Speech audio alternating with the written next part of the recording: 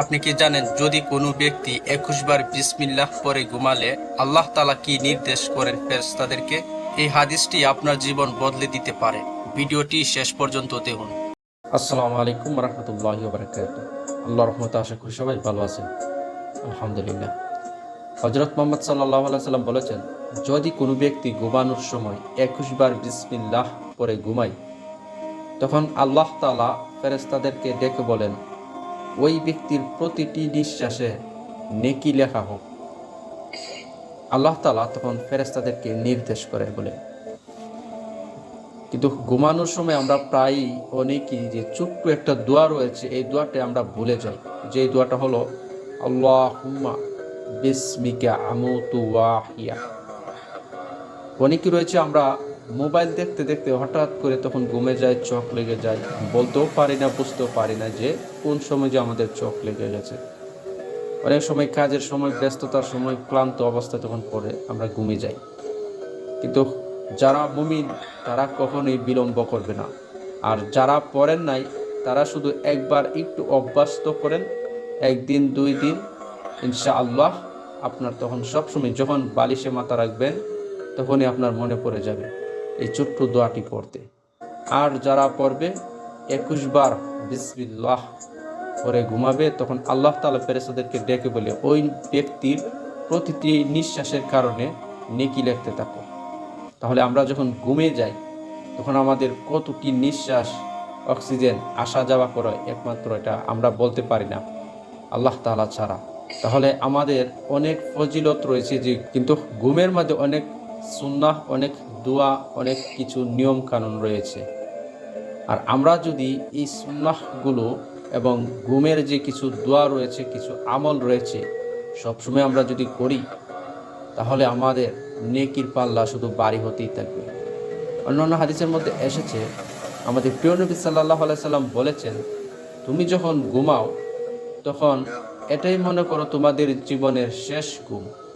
হয়তো তুমি কালকে সুন্দর সূর্য নাও দেখতে পারো, তাহলে তোমার ঘুমটা হবে শেষ ঘুম।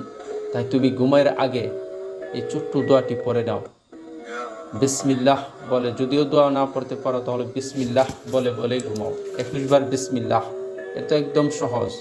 আমরা যে কোনো কাজে ক্ষেত্রে, দুনিয়াবি যে কাজগুলো আমরা করি, সাংসারিক যে কাজগুলো করি, আমরা সবসময় বিসমিল্লাহ বলে শুরু করি। আর এটা তো খুব সহজ। আর আর চেয়ে আরও ভালো হয় যদি আপনি আল্লাহুম্মা বিসমিকা আমুতু ওয়া আহইয়া এই দোয়াটি পরে ঘুমান। তারপর ঘুম থেকে যখন উঠবেন তখন এই দোয়াটি পড়বেন, আলহামদুলিল্লাহিল্লাযী আহিয়ানা বা'দানা আমাতানা ওয়া ইলাইহিন নুশুর। আল্লাহ, তোমার পবিত্রতা ঘোষণা করছি, আমি মৃত্যু শয্যায় ছিলাম, তুমি আমাকে আবার পুনরায় স্বাভাবিক জীবনে ফিরিয়ে দিয়েছ। তার অর্থ হলো এই, আমরা আল্লাহ তাআলার কাছে শুকর গুজারবো যে আল্লাহ তাআলা আমাদেরকে সুস্থ অবস্থায় আবার স্বাভাবিক অবস্থায় আমাদেরকে জীবন দান করে আমাদের দুনিয়াবি চলার মতো তৌফিক দান করেছেন। কিন্তু আমরা ঘুমের সময় অনেকেই রয়েছে যা ভুলে যাই, আমলগুলো করি না। আবার অনেকেই রয়েছে যখন ঘুম থেকে উঠি তখন তাড়াহুড়া করে আমাদের সাংসারিক কাজে লেগে যায়, তারপরও আমরা শুকর আদায় করি না।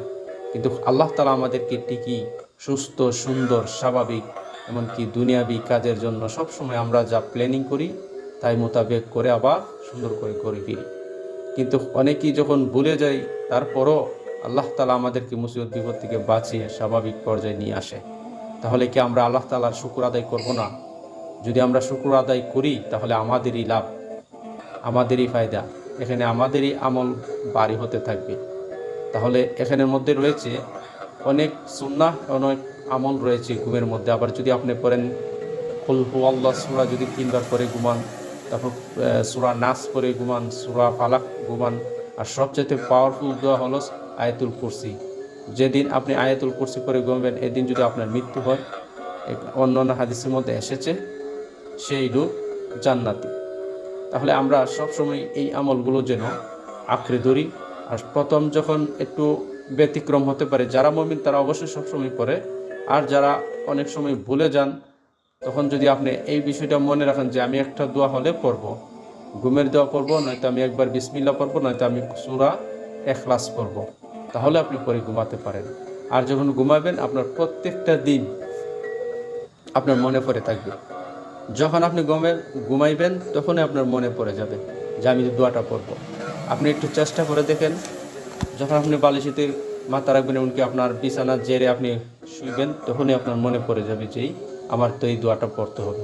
তখন অটোমেটিকলি আল্লাহ তাআলার কুদরতে আপনার এই মনের মধ্যে দোয়াটা এসে যাবে। তো আমরা যেন সবসময় এই আমলগুলো করি, এমনকি নিয়মিত যেন আল্লাহ তাআলার পবিত্রতা ঘোষণা করে আমরা যেন এই নেকিগুলো করার চেষ্টা করি, এই আমলগুলো নিয়মিত পালন করার চেষ্টা করি। আল্লাহ তাআলা যেন আমাদের এই আমলগুলো করার মতো তৌফিক দান করুক। আসসালামু আলাইকুম ওয়া রাহমাতুল্লাহি ওয়া বারাকাতুহু।